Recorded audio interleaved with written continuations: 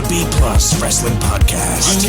The Moose. You might not be an A, but you are a B plus. Check it out! Here we go! You wanna mess with us? 'Cause we're steady on the ground, steady on the ground. You wanna mess with us? Good afternoon, ladies and gentlemen out there in the B Plus land. It is me, your B Plus man of mystery. How are we doing, guys? Mr. Mysterious here, and welcome to the final SurvivorCast.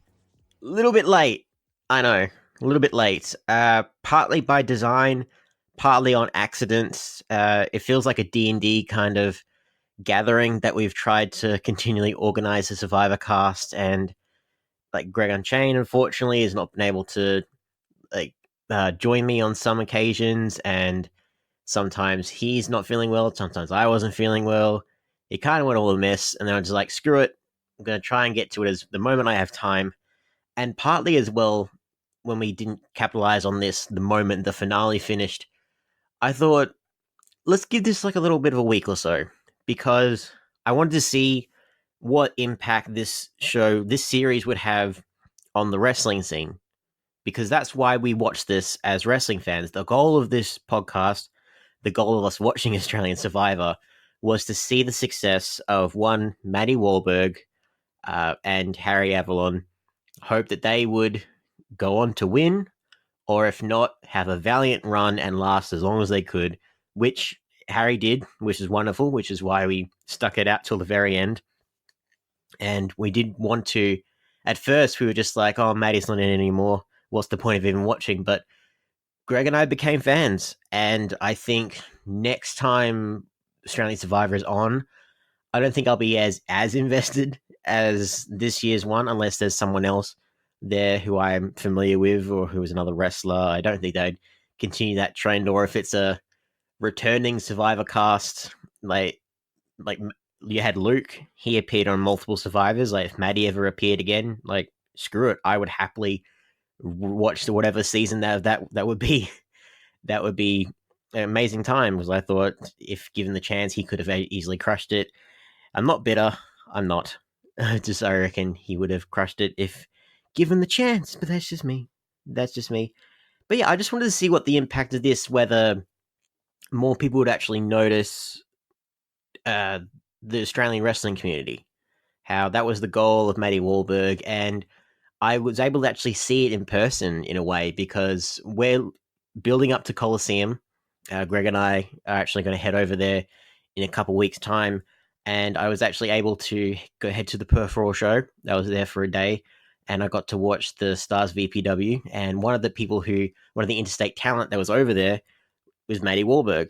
So I actually got to see in person all the Survivor fans who had actually watched Matty Wahlberg, and this was their first experience watching a wrestling show, and people coming up to him and just being like, I love doing the show. I think you're great. Like, you're a great character. Like, you're a nice guy. I think you're a jerk. All of that, all the shades of grey. And I saw a lot of new fans to wrestling unfold before my eyes. And I'm glad in a way that I've waited this long to actually talk about Survivor. It's going to be a bit of a broad stroke. So last time we talked, we were up to the final 6, if I'm remembering correctly. You can tell me how wrong I am later. But one of the pluses as well, the fact that I did wait so long, is when I was at the Raw show, I had the absolute honor of talking to one Matty Wahlberg, the actual idiot, 21st century success story, natural born athlete, and our pick here at the B Plus to win the PWA Coliseum. That sword is going to look magnificent after he's won that tournament. I hope so, and hopefully you guys agree with me. So this will be a very special Survivor cast, because we will have my little brief interaction with Matty Wahlberg from the Perth Royal Show. So it'll be kind of mixed. We talked a little bit about Survivor, we talked about Coliseum, bit of a mix, just about wrestling and just what he thinks about the scene, and if we'll see him on TV again. I just threw a couple of other questions out there, and just, yeah, he's exactly how I pictured. Wonderful guy. We'll go through that interview later on once we've talked about the Australian Survivor. This is the third recording I've done today. We just finished the War Room flagship. I just finished talking about Impact Wrestling for my Impact Zone podcast. The throat's kind of constricting, but bear with me, everybody. So, last podcast of the day, I'll get through it. So, this season of Australian Survivor has not disappointed. There's a lot of it was a lot of grumbles, I suppose, about returning theme of the emotional breakdown over Luke's exit. So, spoilers: Luke didn't win, which was unfortunate because at first I thought that because I didn't watch Survivor before this, I was just thinking oh, he's just cocky jerk, and you saw he'd be a little tongue in cheek and just be cheeky and stuff but then as you watch this guy might make it, and everyone's talking about how much of a threat he is because he's so likable, and it's I don't see it, and towards the end I'm just okay, I see it now. And yeah, I thought he was one of the best characters, one of the best contenders, one of the best I say contenders, one of the best champions on there, even though I say contenders just in a general sense, which, by the way, contender strong my asshole, ladies and gentlemen, because that didn't go to plan. And I feel bad. I do feel bad because the whole goal, Matty Wahlberg, he laid it out there. As you watch Survivor, this season of Australian Survivor, as we had, he laid it all out there. He wanted, if not him to win, he wanted a contender to win this year. And it looked like last episode, 2 contenders, 1 champion. They could have done it. They're just contender strong, knockout Pia. They've done the goal. My mission is complete. And it didn't matter who would win at this point. I didn't even care if Harry would have won in that scenario, as long as he made it to the final 2, and the goal that Matty Wahlberg had done at the start, just yeah, he can say that was a success. But clearly, loyalty amongst people is a very, very rare occurrence. It's the show can test your morals. The $500,000, yeah, that can test a lot of people's morals, and just what does it truly mean to be contender strong? But we had the final 6. So we had Luke, Abby, Janine, Pia, Harry, and Baden. And so you had 4 champions, 2 contenders. And immediately you're thinking, so after the past few eliminations before, you're just Janine's going. Janine's going, and you know that the alliance that Luke and Abby had with Harry and Baden, just you need to capitalize on this now, otherwise Janine is going to stay in this game for the long haul. You need to eliminate her while the going's good. And the opportunity came, Luke, he was the immunity workhorse with the challenges for a good 2-3 challenges. He kept racking them up. And everyone's just God damn it. Just every single chance. It's okay, if Luke doesn't win immunity, we're going to knock him out. And he won. If he doesn't win immunity, we're going to knock him out. It happened in the end, but the build up to that was just make or break. Absolute make or break. And yeah, eventually, so after winning one of the challenges, and it was whether Janine and Pia could convince Luke and Abby champion strong, convinced knock out Harry, he's too much of a threat, knock out Baden, he's too mercurial, one of the contenders out, and they're just nah, no, we can knock out Janine, the godmother, is the real threat. And Harry managed to convince everyone that she was the real threat. So she might have been the godmother, but he was the god killer, as the quote that came around. So he added that feather to his cap. He was the guy who put out Janine. The old ice cream man took out the Boost CEO. You had a nice little, which was funny. So you had, when Luke was in when he got eliminated, there was a boost day where anyone who had the name Luke got a free boost. And it just shows oh yeah, just capitalize on the going goods of Luke being just this fan favorite. And I would have loved just anyone who says the name Harry just as a joke, just your price, the price of your boost will go up by 50% or something. I would have loved just a little tongue in cheek joke there, just what a dick. Obviously, they couldn't do that, like not realistically. But yeah, Janine got eliminated, and kind of what like Greg and I speculated last time we had a chat about this. But the true threat awoke because Janine left, and that was Pia. So Pia didn't have anyone to rely on anymore other than herself. And I love Janine's reaction, just like, "Oh, you think I was a real threat? Oh boy!" And I was worried that that Pia wouldn't live up to her expectations. And like, how shifty can she really be? The smiling assassin once the mask is gone, while she's lost her shield in Janine. Like, how can she worm her way in? Oh, she did. She absolutely did, and quite convincingly too. I was worried how that would go down, but in the end, just yeah, you had Luke once again after he won another challenge. It was like Pia buddying up to Luke and just saying like, I don't want to. I want to go to the end with you. Like, I trust you, and just building on that relationship. So you had Harry, Baden, and Abby. They're just like, oh, let's try and get this sorted.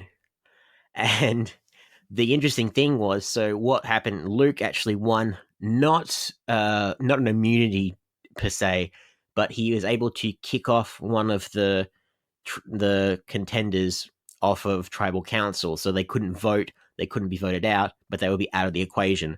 So he won this after scouring for something. I can't remember the circumstance correctly, but he used that to great effect, and he constructed this massive manipulational vortex where, so he kicked off Baden because he found out that Baden was kind of playing sides. It's just like, oh, you're my brother, Anakin, I loved you, to that effect. And it's like, you go away, and he made everyone think that Harry was going to be eliminated, but it was all a ploy so that Abby could get eliminated, because next to him, they were the two big contender threats, and that once Abby left, and you thought that those two would be like champion strong, and like they're the two athletes essentially.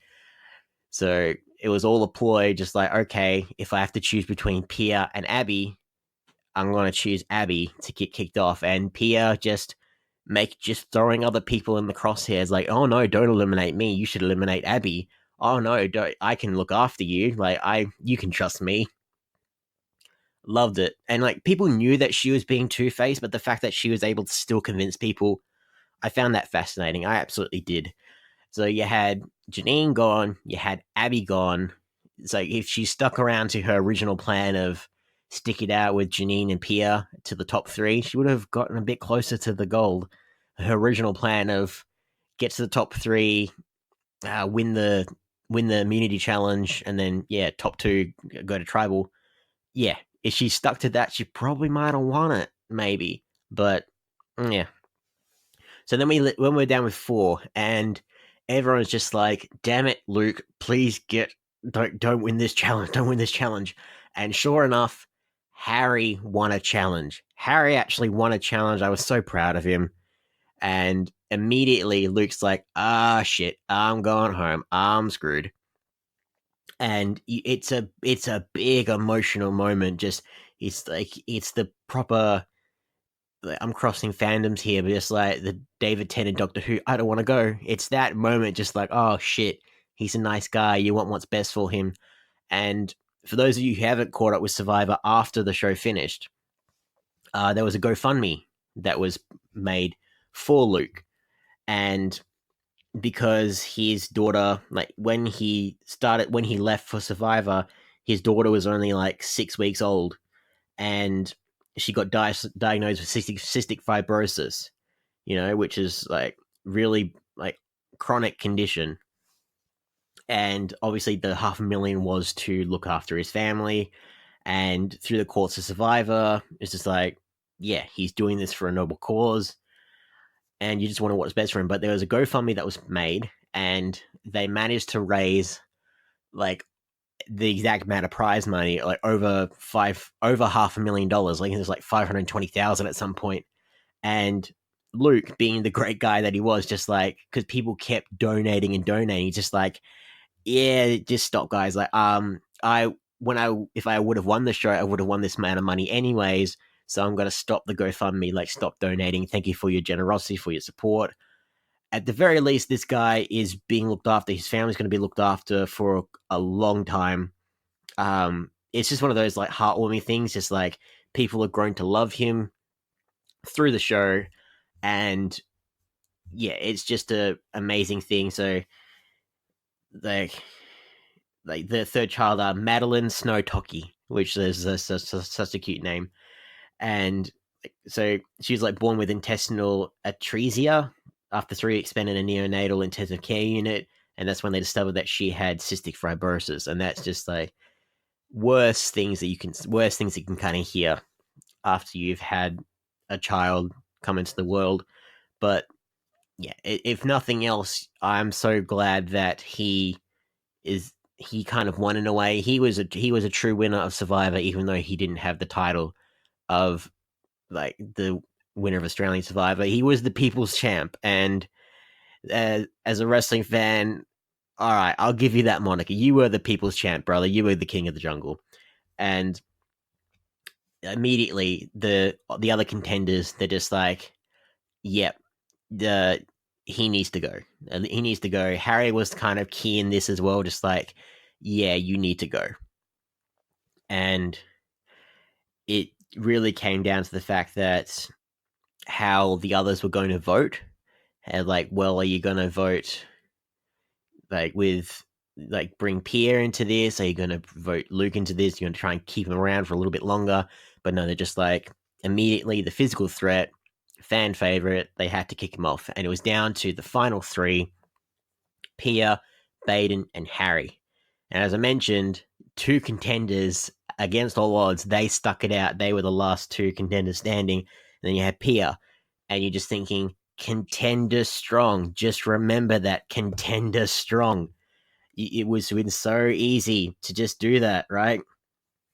Like, each of these guys have their own personal stories. Like, you have super fans like Harry and Pierre have dreamed of playing and are confident they can win if they can just make it to the final 2, you know? And it was just, you had to have that mentality in mind. And the final immunity challenge was a bit of a doozy. So it involved balancing they had to hold up 2 idols while balancing barefoot on wooden pegs. And the added kicker, the contestants' loved ones were present to provide moral support throughout the entire challenge. That you had Harry's girlfriend and his mother explain how Survivor always been a dream of them, for him as well. Jesus, sorry guys, it's late. Pierre's husband was there, coaching her through her struggles, telling her that he couldn't be more proud of her. Baden's brother and parents were there, just amazed like at the guy who was in front of them. Seeing Baden as this more outgoing, more confident person being stuck on an island for over a month, just rather than his usual eccentric, nutty professor kind of visage. They were up there for about, I think it was like over 6 hours. It was a long ass time, and I think they outlasted the current record for an Australian Survivor Immunity Challenge. Like, yeah, 6.5 hours, which is insane. Balancing that, and then the fire was behind them, the heat, the pain. It is incredible. It was like, what a challenge to end on for Survivor, and it feels like such a Survivor thing. And Baden, I don't know how, just like because he was the more like leader of the 3, he seemed to be cruising while the other 2 were just like, they were about to, like, Harry and Pierre were just about to snap in pain. Sure enough, Harry and Pierre both asked JLP to help them off the apparatus and out of the challenge in like about 10 minutes or so. And yeah, against everything, Baden was the one who won the final immunity challenge, and I was just like, how's this going to play out? And they get sent to tribal council, and just like the jury are just like, how the hell did Baden win? It's just like, yeah, how the hell did Baden win? He's nothing but skin and bones at this point. But just the fire and just being there with his family, that was a lovely moment. But the whole the back and forth, like who's he going to bring to tribal council? Remember, contender strong, big back and forth battle, right? And Harry and Pia are both pleading their case to him, and Harry points out that the majority of the people on the jury are champions, and Pia's just like, yeah, and I put them there. It's like, well, no, you didn't, but you helped. You definitely helped. And Pia explained that Baden and Harry have like similar games, and it'll make it hard for Baden to own some moves.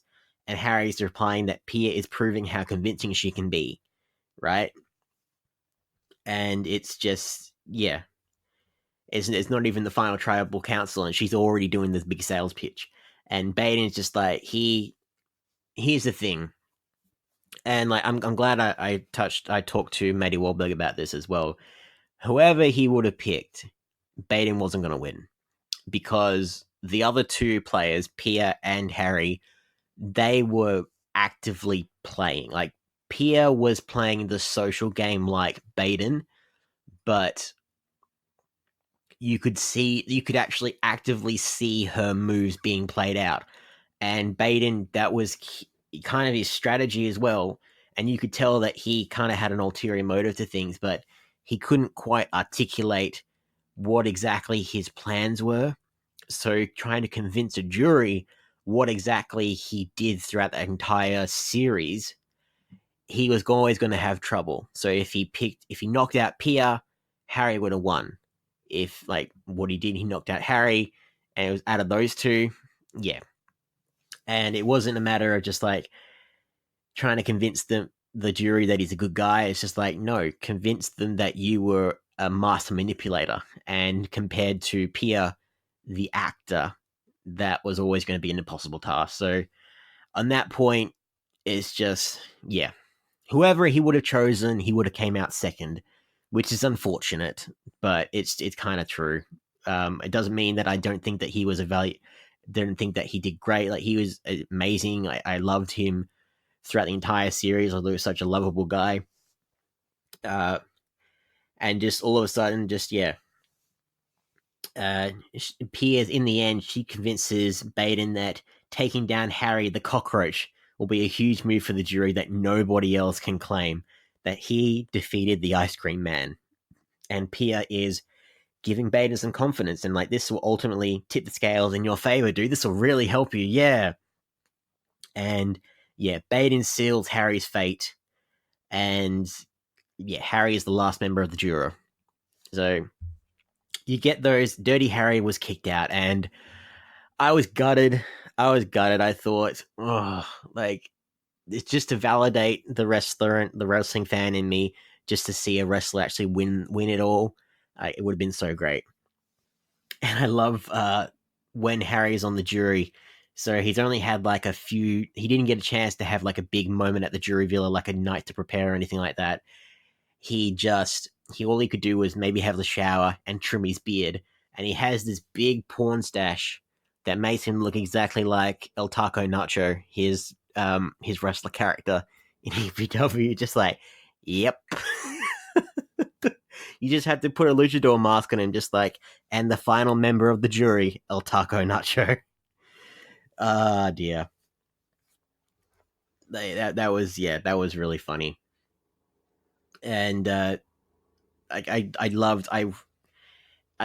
see how Harry could have been seen as the more active threat, but just, man, contender strong. That's all you had to do. Contender strong didn't happen, and then yeah, Baden and Pia earned the chance to plead their case to the jury. They actually got a nice little breakfast on the beach, and they acknowledged that they've gone this far. Just like, well played, well played, well played. And just Baden, like, you can just see the growth that these two have had, which is amazing. Like, so Baden, he's benefited the most from this series. Pia, she's saying that despite being lucky to have a career in acting, she'll still have to work other jobs to make ends meet if this didn't work out for her. So yeah, like, you can see kind of where both of their heads are at, and overall, it's more the experience of Baden overall. So in a way, he did win, which I kind of like. I like that idea just to make me feel better about it. But yeah, we go to the final two. We go to the jury, and they're trying to convince tribal council. They're trying to convince them all why they should be the winner. And Baden's just trying to convince everyone, like, oh no, I was this master manipulator. And in a way, he was. Like, socially, he absolutely was. But just a matter of trying to convince people that he was smarter than Pia. And Pia is just knocking him down each and every time. And you had the line from, oh god, I can't remember. Was it David? I think it was Dave. One of them, just like, I see you two as goats. I don't see you guys as leaders. I see you guys as followers. And just like, why do you think you are here? And then Pierre's just like, well, I'm not a goat. I'm one of the guys who orchestrated you out. Like, I'm the main person responsible for you getting kicked out. And just like, damn, he's pissed at that. He's like, yeah, there's a reason I'm here. And you can tell that the jury are just like, yeah, there's a reason. Well played, well played. Harry's not giving anything away. He's just stroking his mustache. He's just like, what else can you do when you just like, you were that close to victory there?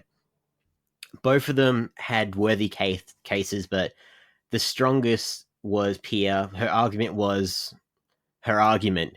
Like, Baden was really restrained in his accusations against Pia, and everything he said that she would always counter. There was always a retort. She would like be passionate. Like, there's the actor that came at her. She was passionate about all her answers. And when you have an introverted guy who has, granted, come out of his shell on a show like this and has to survive, like, the way that he had, being confronted by a strong, independent woman like that, just like, the introvert comes back, and it's like, you can tell, like, shit, that he's not gonna make it. And yeah, that's exactly what happened. The votes were, it was a unanimous vote. Pia was the winner of Australian Survivor, and yeah, Pia was a big fan of the game who took what she knew as the franchise in its entirety and put it to action from the very first day. She was wheeling and dealing to get there. Yes, she did the social game, but you can tell that she was the master manipulator all along. And as much as I was just like, as much as I didn't want her to win, just like, at the end of the day, I can't help but applaud her. I thought it was a phenomenal season. Overall, I enjoyed the hell out of this. All right, we're giving a tease to a very poorly kept secret that is Australian Survivor All Stars, that's currently filming in Fiji, hence no live reunion, and that should be ready for us early 2020. So All Stars, we don't know what's going to happen there. In terms of like the amount of people who've been announced so far, I would love to see Matty back. I would love to see, like, I don't think Luke's got his money now. He's not going to come back. But I would love to see another wrestler try and take up the goal of trying to do that. I would love to see someone else, another contender, just to try and win this overall game, this master manipulation game. That was Australian Survivor, guys. And now, if you listen to the last Aussie Graps that Greg did, you would have heard that in terms of reality TV, Australian wrestlers going into reality TV, there was another wrestler who has appeared on a different show. And we kind of said that, oh, well, if a wrestler appears on TV, that we're going to watch it. And we're kind of eating our words at the moment because Charlie Matthews is a wrestler for PCW, most notably. He's appeared on Love Island Australia. And I don't think we're not going to cover it like this. We're not going to cover it like this. We're going to, at the very least, we're going to watch it. I'm sure Greg will cover it and mention it in one of the future Aussie Grab, just like, oh, he's still in it. He's still kicking. But it's just one of those things where it's like, I've grown to appreciate the game of Australian Survivor for what it is. I love the intrigue. I love the psychology behind it. I love the athleticism behind it. It's one of the things that we love about wrestling, which is a great thing. If you're a wrestling fan who has not watched Survivor, like we were, it can be applied, that your love of wrestling can kind of be applied to here, and the analysis of human behavior that psychological aspect can really appeal to you as well, as it did for me. But with Love Island Australia, Jesus Christ. Now, like, it's not.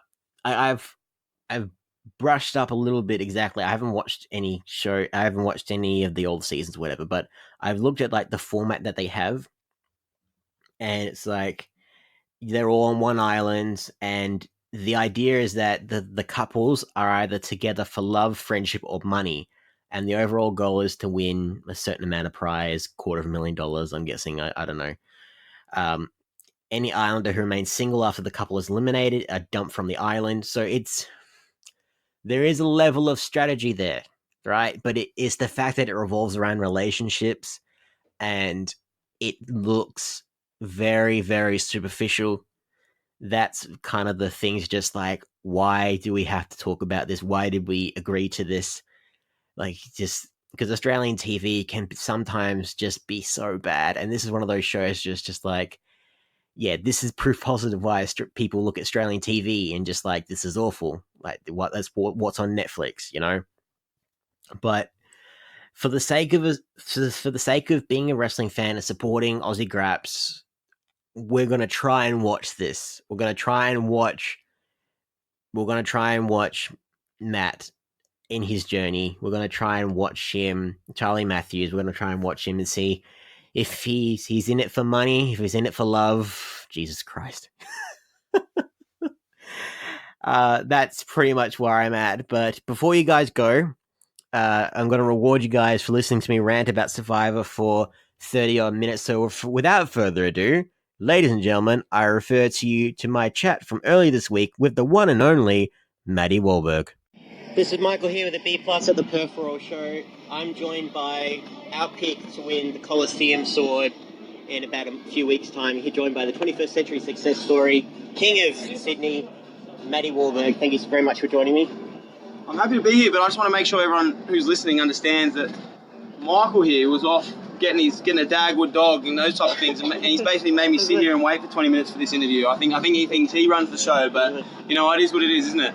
Royal Show, you find trouble getting your bearings on. Okay, yeah, no, it's all right. You offended me, but we'll move on. I do apologise. I just want to ask, like, how's your experience been so far? Just wrestling like a different crowd every couple of hours and just getting to prepare for Coliseum, I guess. Yeah, it's fun, and I've been able to get in the ring with a lot of guys that I haven't been in the ring with before, and being a Royal Show as well, you know, you're wrestling a little bit different to how you normally would. You know, we have a lot of kids who are coming to the show, a lot of people who aren't wrestling fans, so you kind of got to adapt your style and things like that, but it's been a lot of fun, and getting those reps in is very important leading up to Coliseum too. Now that all the competitors have been announced, is there anyone in particular that you're looking forward to be facing for Coliseum? Like, you've been talking to David Storm online and a couple other people. Yeah, realistically, everyone in the tournament's so talented that it doesn't matter who you're up against. Like, it's one of the best in the world. So there's no one in particular that I really want to fight. Like, realistically, I want to fight all of them, and my aim is to get to the final and win the tournament. So whoever the three are that I have to go up against, like, I don't really care. And I'm excited. I'd love to get in the ring one-on-one with any of them. There's no one in that tournament that I've wrestled one-on-one on a big PWA Black Label show, so I'm excited. Now, you're coming off of, like, the Survivor show has been and done. Mm-hmm. Have you noticed an increase in, like, fans for Australian wrestling, or like more eyes on yourself? Yeah, definitely. Like, I think like my social media presence and stuff has benefited from the show, and that's just a massive win for not just me, but also Australian wrestling and the companies that I'm working for too. But you know, I'm walking around. Like today, I was walking around. I got noticed being on Survivor by the girl that worked at the Dippin' Dots place, and I got free ice cream. So, you know, there are some massive positives coming out of the show. That's fantastic. Now, like with your run in Survivor, like how would you like encapsulate that whole experience? It was definitely a positive experience. It was something that I wanted to do more for, like, I guess my life as a whole, like to really put yourself in a position where you're tested, and it's very kind of like, you know, you're living a lot more primitively. But also the competition aspect, I found I got my competitive fire and my heart back being out there, and especially competing against some of the best, you know, professional athletes and things in the world. So it was overall like one of the best experiences of my life. Was there like a favourite challenge that you did? Or easily the wrestling one. Going in, that's the challenge I really wanted. Like I wanted to be able to show to people that, yeah, we're Australian wrestlers, and a lot of people give us this stigma that, you know, maybe we're not as good as like shoot MMA guys. And I want to go out there and prove, like, hey, we're just as good, if not better. And I don't think anyone could have touched me in the wrestle out there. So that was a lot of fun. Now, like, your goal, like, if you weren't able to win Survivor, was contender strong, at least try and get a contender to win. And it looked like final three, like, looked like it was going to go that way. And unfortunately, you had Baden, like, kick out Harry, and that just... So it sucked. It sucked. Like, there was not much teamwork there as, like, yourself for contenders, like, throughout the whole season. Yeah, but I think, realistically, Baden... I don't think he realised that no matter what he did, he was going to lose. He was kind of choosing who the winner was going to be, and I think he did have a better chance of winning against Pia, but I don't think he would have beaten either of them. So he made the right move for himself, but unfortunately, for my boy Harry, he didn't get that 500 grand, and we had a champion win again, which really sucked. One of the things that we talked about with our podcast, if there was ever a chance for like whether Harry would ever step back into the ring, face yourself, or if they could trade up Luke and have a match with you, like, which do you reckon would, like, be more likely? Or Man, I've been talking a lot to Luke. I told him I'm in Perth right now, and I haven't seen him come to the Royal Show at all. And he's got kids, so he really should be coming to this thing entertaining those kids. With all that money he's got now, he can come have a real good time at the show. But that's an option. And then I think Harry, realistically, I don't know if he wants to get back in the ring. I think he's pretty much, retired and he's kind of done with it. But if there's ever an opportunity to either work against him or tag with him, I would jump at that opportunity. One of the things I always ask people is, what do you think makes Australian wrestling so unique, and why should people be paying attention? Because you went to great lengths, like you went on national TV to go about that. I think people just for a long time haven't realised how good our guys are. And, you've had guys like, here, Slater, David Storm, Marcus Pitt, Robbie Eagles, Moretti. These guys have been around for so long and have been so good for so long, but no one knew. Yeah. Then all of a sudden, people are starting to realise, like, wow, where have these guys been? Like, they've been here the whole time. So, coaching-wise, I don't think anyone can touch the coaching in this country. The PWA Academy, Wrestle Rampage, EPW School are just incredible, and they're bringing out guys who are legit the best in the world. Like, we have rookies who can't get on PWA shows who are better than guys working, in England or America on shows. So, we are the best athletes in the world, and we are the best wrestlers, and I think people are starting to work that out. Absolutely. What are your goals moving forward for 2019, like post Coliseum, and is there anything else you're hoping to achieve? At the moment, Coliseum's the end goal. That's all I'm thinking about. I don't want to think too far ahead, but if I get that sword, there's a certain caveman running around that I wouldn't mind cutting his head off. And then once I do that, realistically, I've said it all year, like, I want to be known as the best guy in Australia. That's what I want. And if I win Coliseum, that means I'm the best in Sydney, and realistically, probably the best in Australia. But to be the best, you have to be going in and beating the best. So I want to go on a tour. I want to go around this country, and I want to take on anyone who thinks they're the best and show them basically that they're not. And I think I'll just end on, like, since we've seen you in the spotlight now, is there a chance that we'll be seeing you back on our screens anytime soon on, like, you were in the Celebrity Name Game, like any other TV shows that catch your eye? Or you never know. I'm at the moment, I've had some opportunities, but with Coliseum and things like that, I have to be focused on what's most important, and right now the wrestling is most important. So after Coliseum, I'll start having a look at the options. I do have a few at the moment, and we'll see what happens. That's right. Very much look forward to seeing that. So thank you very much for your time. Much. Cheers, brother. I appreciate it. Couldn't have put it better myself, Matty, and no, I wasn't out there getting some downward dogs.